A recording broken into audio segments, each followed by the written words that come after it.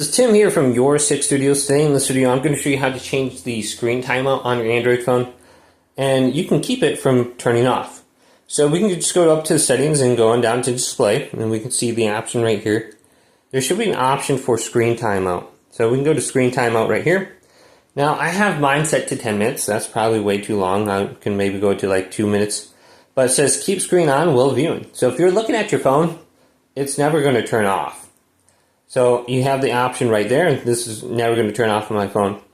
Now you can also look for another option if we go to settings, scroll on down to about phone, then go to build number under this section. On your Samsung phone, this is going to be under software information. I can see build number, tap this 5 times. Back out, go to the main settings menu.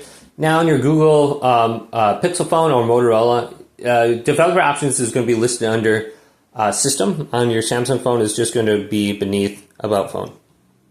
Now under developer options, we want to look for stay awake. Here it is. Let's tap this and turn it on. Screen will never sleep while charging.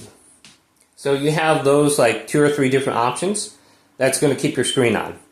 So hopefully this video did indeed help you out.